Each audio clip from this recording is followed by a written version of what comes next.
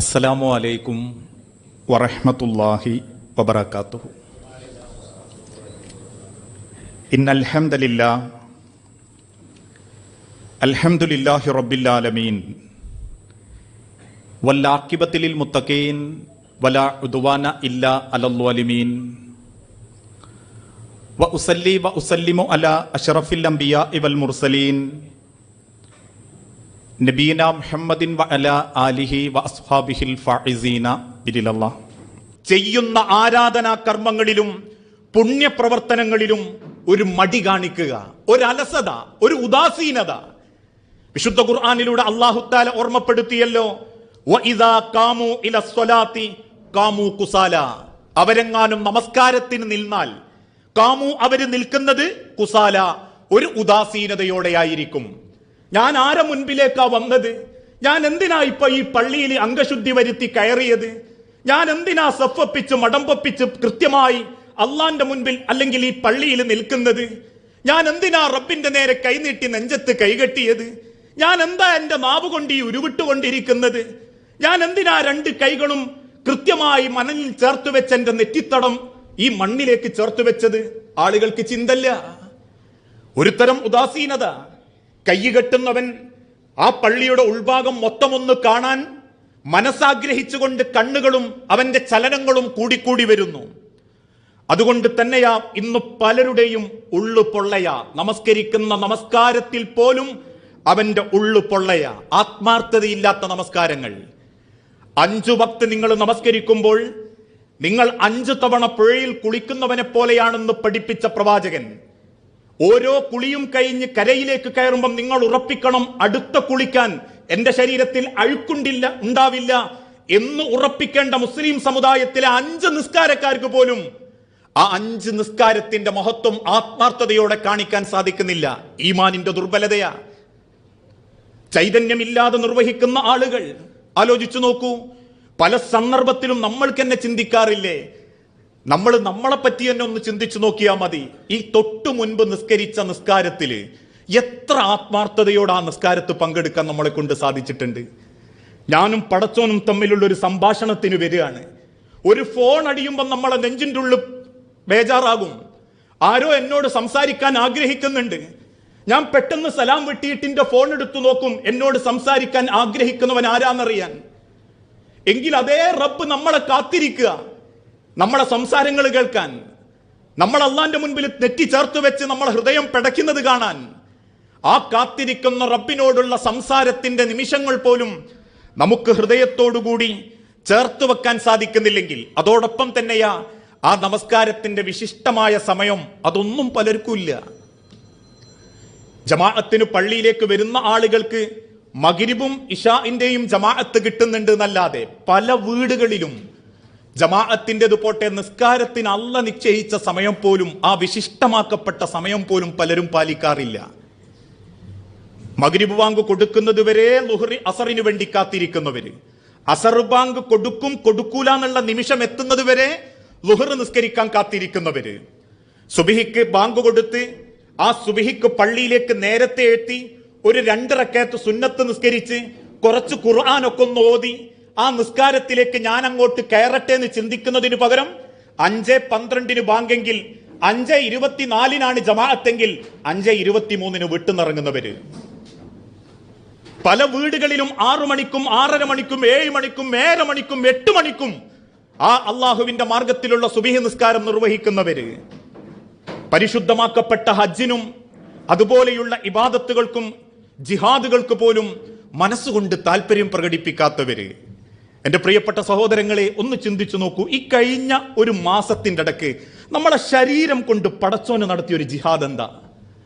അള്ളാഹ്ക്ക് വേണ്ടി നമ്മളെടുത്തൊരു പണി, എന്റെ പടച്ചോന്റെ മാർഗത്തിന് വേണ്ടി, എന്റെ പ്രവാചകന്റെ മാർഗത്തിന് വേണ്ടി എന്ന് ചിന്തിച്ചൊരു ജിഹാദ്.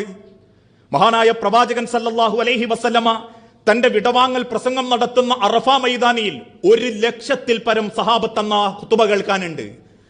ആ ഖുതുബയുടെ അവസാനം റസൂലുള്ള സഹാബത്തിന് ബോധ്യപ്പെടുത്തി കൊടുത്തു, ഹാജരുള്ളവർ ഹാജരില്ലാത്തവർക്ക് ഇത് അറിയിച്ചു കൊടുക്കട്ടെ. ആ പ്രസംഗം കഴിഞ്ഞിറങ്ങുന്ന സഹാബാക്കൾ വീട്ടിൽ ചെന്ന് എടുക്കാവുന്നത്ര സാധനമെടുത്ത് അവരുടെ ഒട്ടകത്തിന്റെ മുഖം എങ്ങോട്ടാണോ തിരിഞ്ഞത് അങ്ങോട്ടവർ പുറപ്പെട്ടു. 100,000-ൽ പരം സഹാബത്ത് അന്ന് ഖുതുബ കേട്ടതെങ്കിൽ ഇന്ന് മക്കയിലും മദീനയിലുമായി 15,000 സഹാബത്തിന്റെ കബറേ ഉള്ളൂ. ബാക്കി 1,00,000 സഹാബത്തിന്റെ കബറവിടെ. രാജ്യങ്ങൾ മുഴുവനും അവർ ഭേദിച്ചു മുന്നേറി, കടലുകൾ താണ്ടി, കച്ചവടം എന്ന ഉപജീവനത്തിന്റെ പിന്നിലൂടെ അള്ളാന്റെ ദീനിനു വേണ്ടി അവർ പണിയെടുത്തു.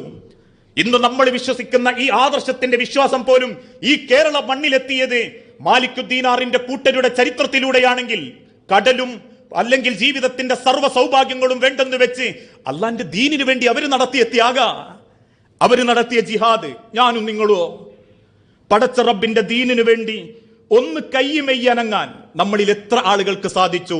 ഈമാനിന്റെ ദൗർബല്യമാ, ഈമാനിന്റെ ദുർബലതയാ.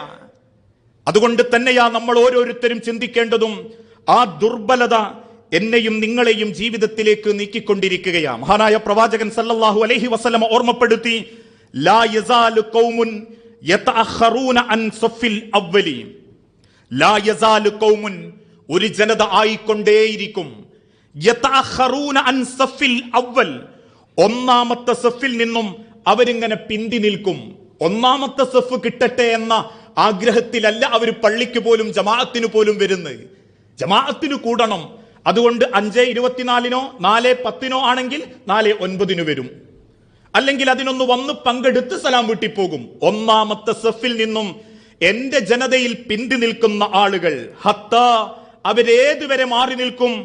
യുഖ്ലിഫഹുമുല്ലാഹു ഫിന്നാർ, അള്ളാഹു അവരെ നരകത്തിലേക്ക് കൊണ്ടുപോകുന്നത് വരെ ആ ജമാഅത്തിനും ആ ഹജ്ജിനും അങ്ങനെയുള്ള നല്ല നല്ല കാര്യങ്ങൾ എന്നൊക്കെ അവർക്കൊരു മടിയായിരിക്കും. മേല് വേദനയാകുന്ന, ക്ഷീണം സംഭവിക്കുന്ന, അല്ലെങ്കിൽ കുറച്ച് പ്രയാസം ഉണ്ടാക്കുന്ന ഒരു കാര്യത്തിലും അവരുണ്ടാവില്ല. ബാക്കി എല്ലാ കാര്യത്തിലും അവർ മുൻപന്തിയിലുണ്ടാകും. പ്രത്യേകിച്ച് ഇപ്പോഴൊക്കെ നമ്മൾ പറയാറുണ്ട്, സുബിയൊക്കെ കുറെ നേരത്തെയാണ്, അതിനൊക്കെ ഒന്ന് എഴുന്നേറ്റ് ജമാഅത്തിനൊക്കെ ഒന്ന് വരിക എന്ന് പറഞ്ഞാൽ അത്ര ഈമാനുള്ളവനൊക്കെ നടക്കൂ. അതുകൊണ്ട് തന്നെ ചില ആളുകൾക്ക് ഏത് കാര്യത്തിലും മൊത്തത്തിൽ നമ്മളെ ജീവിതത്തിൽ ഒന്ന് ചിന്തിച്ചു നോക്കി, ഏത് ഇബാദത്തിലാ നമ്മളൊരു ആത്മാർത്ഥമായിട്ട് റബ്ബിന്റെ മുൻപിൽ ആ ഇബാദത്ത് ചെയ്തത് എന്ന്? നമ്മളെ നമസ്കാരം, നമ്മളെ ഹജ്ജ്, നമ്മളെ നോമ്പ്, നമ്മളുടെ ഉംറ. ഇന്നൊക്കെ നാട്ടിൽ കുറേ ഹാജിമാരുണ്ട് ഇപ്പോഴും അള്ളാന്റെ മാർഗത്തു നിന്ന് വ്യതിചലിച്ച് ജീവിച്ചുകൊണ്ടിരിക്കുന്നവര്. ഒരു പരിശുദ്ധമാക്കപ്പെട്ട കഅബാലയത്തിന്റെ ചുറ്റും തവാഫ് ചെയ്ത് നാട്ടിലെത്തിയിട്ടും അള്ളാഹുവിന്റെ ദീനിനെ നെഞ്ചോട് ചേർത്ത് ജീവിക്കേണ്ടതിനു പകരം പോയ കാലഘട്ടത്തിലെ അതേ പാരമ്പര്യം അനുസരിച്ച് തന്നെ ജീവിക്കാനാണെങ്കിൽ ഈമാനിന്റെ ദുർബലതയാ. എത്ര ഉംറക്കാരാ നമ്മളെ കൂട്ടത്തിലുള്ളത്? ഒരുപക്ഷെ ഈ കൂട്ടത്തിലെ പലരും ഉംറ ചെയ്തിട്ടുണ്ട്, ഞാനടക്കം. അതിന്റെ ഗുണം നമ്മുടെ ജീവിതത്തിലുണ്ടോ? അതിന്റെ ഭംഗി നമ്മുടെ ജീവിതത്തിലുണ്ടോ? ഒരു ഉംറ ചെയ്ത് തിരിച്ചു വരുന്നവൻ ഉമ്മ പ്രസവിച്ചവനെ പോലെയാണെന്ന് പഠിപ്പിച്ച അള്ളാഹുവിന്റെ പ്രവാചകൻ സല്ലല്ലാഹു അലൈഹി വസല്ലമയുടെ വാക്കിനോട് അർത്ഥം പ്രകടിപ്പിക്കുന്ന രീതിയിൽ ശരീരം കൊണ്ടും മനസ്സുകൊണ്ടും വിശ്വാസം കൊണ്ടും അള്ളാന്റെ മാർഗത്തിൽ ജീവിതത്തിൽ ആ ഈമാനിന്റെ വെളിച്ചം കാണിക്കാൻ സാധിച്ചിട്ടുണ്ടോ നമ്മൾക്ക്? എന്നാൽ സഹാബാക്കൾ കാണിച്ചിട്ടുണ്ട്. അവര് ഈമാൻ നേടിയിട്ടുണ്ടെങ്കിൽ പിന്നെ അവരതിനെ തിരുത്തിയിട്ടില്ല. പിന്നെന്ത് സങ്കടം വന്നാലും അവരത് നിർവഹിച്ചിട്ടുണ്ട്. അതുകൊണ്ടാ അള്ളാഹുവിന്റെ പ്രവാചകൻ സല്ലല്ലാഹു അലൈഹി വസല്ലമയുടെ കൂടെ യുദ്ധത്തിന് പോകുമ്പോൾ പോലും അവർ നിസ്കാരം ഉപേക്ഷിച്ചിട്ടില്ല. ഒന്നാമത്തെ സഫിനെ സുജൂദിലേക്ക് വിടുമ്പോൾ രണ്ടാമത്തെ സഫിനോട് നേരെ നിൽക്കാൻ പറഞ്ഞു അള്ളാന്റെ റസൂലുള്ളാഹ്. ഒന്നാമത്തെ സഫ് എഴുന്നേറ്റ് നിന്നപ്പം പിന്നിലെ സഫിനോട് സുജൂദ് പോകാൻ പറഞ്ഞു. ചിന്തിക്കാൻ പറ്റുമോ നമുക്ക്? വീട്ടിലൊരു കല്യാണം തീരുമാനിച്ച നിസ്കാരത്തിന്റെ സമയം തെറ്റുന്ന ഇന്നത്തെ കാലഘട്ടത്തിൽ പൊരയിലും കുടുംബത്തിലും ഒരു വീട്ടുകൂടലുണ്ടെങ്കിൽ അന്നത്തെ മുഴുവൻ നിസ്കാരവും വേണ്ടാന്ന് വെക്കുന്ന കുടുംബങ്ങൾക്ക് മുൻപിൽ ഈമാനിന്റെ കരുത്ത് കാണിച്ചു സഹാബാക്കള്. അതാ ഈമാനിന്റെ വെളിച്ചം. അല്ല അതങ്ങനെയൊക്കെ മതി, നമുക്ക് തോന്നുന്ന സമയത്തും തോന്നുന്ന കോലത്തിലും നിർവഹിച്ചാൽ മതി എന്നൊക്കെ ഒരു തീരുമാനത്ത് പോകുകയാണെങ്കിൽ അള്ളാഹുവിന്റെ റസൂൽ സല്ലല്ലാഹു അലൈഹി വസല്ലമ ഓർമ്മപ്പെടുത്തി, തീർച്ചയായും നിങ്ങളുടെ ഈമാനിന് എന്തോ ദുർബലതയുണ്ട്. ആ ദുർബലത ഒരിക്കലും നിങ്ങളെ സ്വർഗത്തിലേക്ക് എത്തിക്കൂല. അതുകൊണ്ട് സഹാബാക്കളോട് ചോദിച്ചു, റസൂലേ, ആ ദുർബലത ഈമാനിനുണ്ട്, അങ്ങനെ ആരാധനകളിൽ ഒരു ദുർബലത ഉണ്ട് എന്നുള്ളതിന്റെ ഏറ്റവും പ്രകടമായ ഒരു തെളിവെന്താ? നബി സല്ലല്ലാഹു അലൈഹി വസല്ലം പുഞ്ചിരിയോടെ പറഞ്ഞു, അവൻ പഠിച്ചത് സെക്കൻഡ് വ്യത്യാസത്തിൽ അവൻ മറന്നു കളയും. സെക്കൻഡ് വ്യത്യാസത്തിൽ അവൻ അതിനെ നിഷേധിച്ച് കളയും. ഇവിടുന്ന് ഖുറാൻ ക്ലാസ് ഒക്കെ കേട്ട് പുറത്തിറങ്ങുമ്പോഴേക്കും കളവ് പറഞ്ഞു തുടങ്ങിയിട്ടുണ്ടാവും. കളവ് പറയാൻ പാടില്ല എന്നോൻ അറിയെങ്കിലും ഓനെ പറഞ്ഞു തുടങ്ങിയിട്ടുണ്ടാവും. അത്ര വേഗം അവന്റെ മനസ്സിന്ന് ഈമാൻ, ആ ദൗർബല്യം ആ ഈമാനിനെ നശിപ്പിച്ച് കളയും. പ്രിയപ്പെട്ട സഹോദരങ്ങളെ, നമ്മളെ ജീവിതത്തിലെ ഓരോ ആരാധനാ കർമ്മങ്ങളിലും നമ്മൾ ചെയ്യുന്ന ഓരോ ഇബാദത്തുകളിലും അത് അള്ളാഹുവിനോട് ഏറ്റവും കൂടുതൽ ഹൃദയം തുറന്ന് നിർവഹിക്കാൻ സാധിക്കുമ്പോൾ മാത്രമേ നമ്മൾക്കത് അള്ളാഹു ഇഷ്ടപ്പെട്ട രീതിയിൽ നിർവഹിക്കാൻ സാധിക്കൂ. പലപ്പോഴും നബി സല്ലല്ലാഹു അലൈഹി വസല്ലമയുടെ നമസ്കാരത്തെ പറ്റി പറയുമ്പം സഹാബാക്കളുടെ ചരിത്രം കേൾക്കുന്ന നമ്മൾ ചിന്തിച്ചു പോകാറില്ലേ, അസീസുൽ മുർസലി മിനൽ ബുഖാ. റസൂലുള്ളാഹി സല്ലല്ലാഹു അലൈഹി വസല്ലമ നെഞ്ചത്ത് കൈകെട്ടി നിസ്കരിക്കുമ്പം തിളയ്ക്കുന്ന ചട്ടിയിലുള്ള വള്ളത്തിന്റെ ബുളുബുളു ശബ്ദമാ റസൂലുള്ളാന്റെ നെഞ്ചിൻ്റെ ഉള്ളിൽ നിന്ന് ഞങ്ങൾ കേട്ടത് എന്ന്. ഭയപ്പാടുകൊണ്ടും ബേജാറുകൊണ്ടും പടച്ചോന്റെ മുൻപിൽ നിൽക്കുന്ന ആ ആത്മാർത്ഥത, അത്രമാത്രം ജീവിതത്തിന്റെ നിഷ്കളങ്കത. എന്റെ വാപ്പയെ ഇമാമത്ത് നിർത്തിയാൽ പിന്നിലുള്ളവർ കരച്ചിലല്ലാതെ വേറൊന്നും കേൾക്കൂല നബിയെ എന്ന് ആയിഷ ബീബി റളിയല്ലാഹു തആല എന്ന നമ്മളെ ഉമ്മ റസൂലുള്ളാഹിനോട് അവസാന ശ്വാസത്തിന്റെ അടക്ക് പറഞ്ഞപ്പം അള്ളാഹുവിന്റെ പ്രവാചകൻ അബൂബക്കർ സിദ്ദീഖിനെ ഇമാമത്ത് നിർത്താൻ കൽപ്പന കൊടുത്ത രംഗം. താൻ കുത്തേറ്റ് വീണ സമയത്ത് പോലും തന്നെ താങ്ങിപ്പിടിച്ച ആത്തിക ബീവിയോട്, ആത്തിക അവരോട് ജമാഅത്ത് നിർവഹിക്കാൻ പറ, എന്നിട്ട് എന്നെ പരിഗണിച്ചാൽ മതി എന്ന് ആത്തിക ബീവിന്റെ മുഖത്തു നോക്കി പറഞ്ഞ 21 രാജ്യങ്ങളെ ഏകോപിപ്പിച്ച് ഭരിച്ച അൾട്ടിമേറ്റ് ഹീറോ ഉമർ ഇബ്നുൽ ഖത്താബ് റളിയല്ലാഹു അൻഹു കൊല്ലാൻ വേണ്ടി കൊണ്ടുവരപ്പെട്ട് കൺമുൻപിൽ നിർത്തി 69 കൂട്ടുകാരെയും അരിഞ്ഞു തള്ളിയ ശത്രുവിന്റെ മുഖത്തു നോക്കി എനിക്ക് 2 റക്അത്ത് നിസ്കരിക്കണമെന്ന് ശത്രുവിന്റെ മുഖത്തു നോക്കി പറഞ്ഞ ഹുദൈഫ റളിയല്ലാഹു അൻഹുവിന്റെ വിശ്വാസം, ഈമാൻ. ചുട്ടുവൈത്ത മരുഭൂമിയിൽ മലർത്തിക്കിടത്തി നെഞ്ചത്തു വലിയ പാറക്കല്ലുകൾ വെച്ച് ചാട്ടവാറുകൊണ്ട് ശത്രു തല്ലിയപ്പോഴും അടിക്കുന്ന ശത്രുവിന്റെ കണ്ണിൽ നോക്കി തൊലി പൊളിഞ്ഞിട്ടും അല്ലാഹു അക്ബർ എന്ന് പറഞ്ഞ ബിലാൽ ഇബ്നു റബാഹ റളിയല്ലാഹു അൻഹുവിന്റെ ഈമാൻ. വെള്ളത്തിൽ മുക്കിപ്പിടിച്ച് ശ്വാസം മുട്ടിച്ച് മുകളിലേക്ക് എടുക്കുമ്പം ആഞ്ഞു വലിക്കുന്ന ശ്വാസത്തോടൊപ്പം മുക്കിപ്പിടിച്ച ശത്രുവിന്റെ കണ്ണിൽ നോക്കി അല്ലാഹു അക്ബർ എന്ന് പറഞ്ഞ അമ്മാർ ഇബ്നു യാസർ റളിയല്ലാഹു അൻഹുവിന്റെ ഈമാൻ. നമസ്കരിച്ച് സലാം വീട്ടി എഴുന്നേറ്റോടുന്ന സ്വഹാബിയോട് നിനക്ക് ദിക്ർ ചെല്ലാൻ നേരമില്ലേ എന്ന് പെറുപ്പോടെ തിരുദൂതൻ ചോദിക്കുമ്പം അള്ളാന്റെ റസൂലേ, എന്റെ മക്കൾ പട്ടിണിയാണെന്നും അയൽപ്പക്കക്കാരന്റെ ഈത്തപ്പഴം കൊലച്ചിട്ടുണ്ട്, അതെന്റെ പറമ്പിലേക്ക് വീണാൽ എന്റെ മക്കളെടുത്ത് തിന്നും നബിയെ, എന്റെ മക്കളെ കൊണ്ട് ഞാൻ ആ ഹറാമ് തീറ്റിക്കില്ലെന്ന് പറഞ്ഞ ആ സ്വഹാബിയുടെ ഈമാൻ. ആ ഈമാനാ അള്ളാഹ് നമ്മളേന്ന് ആവശ്യപ്പെട്ട്. പക്ഷെ നമുക്ക് ഈമാനുണ്ട്, നിസ്കാരവും ഉണ്ട്, സ്വഭാവവും ജീവിതവും വേറെ വഴിക്ക് പോയിക്കൊണ്ടിരിക്കുക. അതുകൊണ്ട് തന്നെ നിസ്കാരത്തിൽ ഒരു ആത്മാർത്ഥതല്ല. ഓരോ ആഴ്ചയിലും 10-50,000 ഹാജിമാരും ഉംറമാര് കേരളത്തിൽ ഇറങ്ങുന്നുണ്ട്. ഓരോ മാസവും 100-200 ആൾ നമ്മളെ കൂട്ടത്തുനിന്ന് പോയി വരുന്നുണ്ട്. അതിന്റെ ഗുണവും അതിന്റെ നന്മയും നമ്മളെ ജീവിതത്തിലും നാട്ടിലും കുടുംബത്തിലും നടക്കുന്നില്ലെങ്കിൽ ഒരൊറ്റ കാരണേ ഉള്ളൂ. നാട്ടിൽ 45 ലക്ഷത്തിന്റെ പള്ളി ഉണ്ടായിട്ടും 45 പേരെ സഫപ്പിക്കാൻ പറ്റുന്നില്ലെങ്കിൽ അതിനൊറ്റ കാരണേ ഉള്ളൂ, ഈമാനിന്റെ ദുർബലത. ആ ഈമാൻ ശരിയായിട്ടില്ല. ഇക്കണ്ട കാലങ്ങൾ അത്രയും 40 വയസ്സ് വരെ 30 വയസ്സ് വരെ പടച്ച റബ്ബ് ശ്വാസം എന്ന മഹാനുഗ്രഹം ഒരു ലാഭവും ചോദിക്കാതെ കൃത്യമായി തന്നിട്ടും ഒരു തവണയെങ്കിലും അള്ളാഹുവിന്റെ ഭവനത്തിൽ ചെന്ന് നെഞ്ചു പൊട്ടി പടച്ച റബ്ബിന്റെ മുൻപിൽ സുജൂദ് ചെയ്ത് ആത്മാർത്ഥത പ്രകടിപ്പിക്കാൻ നമ്മളെ കൊണ്ട് പറ്റുന്നില്ലെങ്കിൽ ഒരു കാരണമേ ഉള്ളൂ, ഈമാനിന്റെ ദുർബലത. ഈമാൻ അങ്ങോട്ട് ശക്തിയായിട്ടില്ല. നമ്മളെ കുടുംബത്തിലും നമ്മളെ മക്കളിലും നമ്മളെ ജീവിതത്തിലും.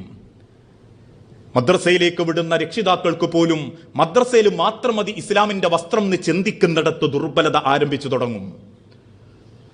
മകനെ പഠിപ്പിക്കുന്ന സ്ഥാപനത്തിൽ വെള്ളിയാഴ്ച പള്ളിക്ക് പോകാൻ പറ്റിയിട്ടില്ലെങ്കിലും അത്യാവശ്യം പേര് കേട്ട സ്ഥാപനത്തില് കുറച്ച് ഡൊണേഷൻ കൂടുതൽ കൊടുത്തിട്ടാണെങ്കിലും ഓന് സെലക്ഷൻ കിട്ടണമെന്ന് ചിന്തിക്കുന്നിടത്ത് തുടങ്ങുന്ന ദുർബലത അത് നമ്മുടെ ജീവിതത്തിലുണ്ട്.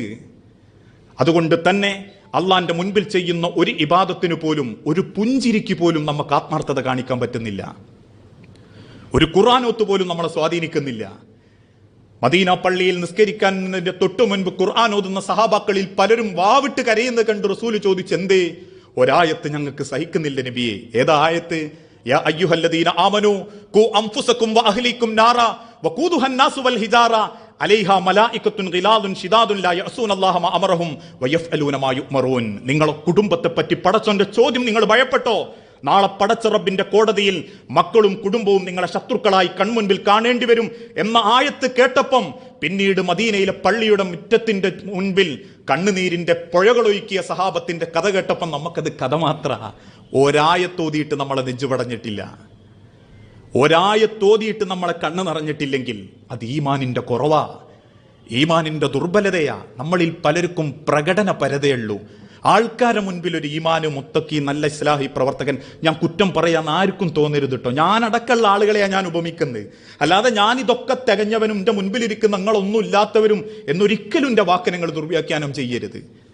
ആളുകൾക്ക് മുൻപിൽ പറയാൻ പറ്റുന്ന ഒരു ഈമാൻ, ഞാൻ ഇന്ന ആളാണ് എന്ന് പറയാൻ, അതിൻ്റെ ഒരു ക്വാളിറ്റി ഇന്നതാണെന്ന് ചൂണ്ടിക്കാണിക്കാനുള്ള ഒരാത്മാർത്ഥത നമ്മുടെ ജീവിതത്തിലില്ലെങ്കിൽ ഒന്നാമത്തെ ലക്ഷണത നിർവഹിക്കുന്ന ആരാധനകളിലും പുണ്യകർമ്മങ്ങളിലും ഒരു മടിയും അലസതയും ഉദാസീനതയും.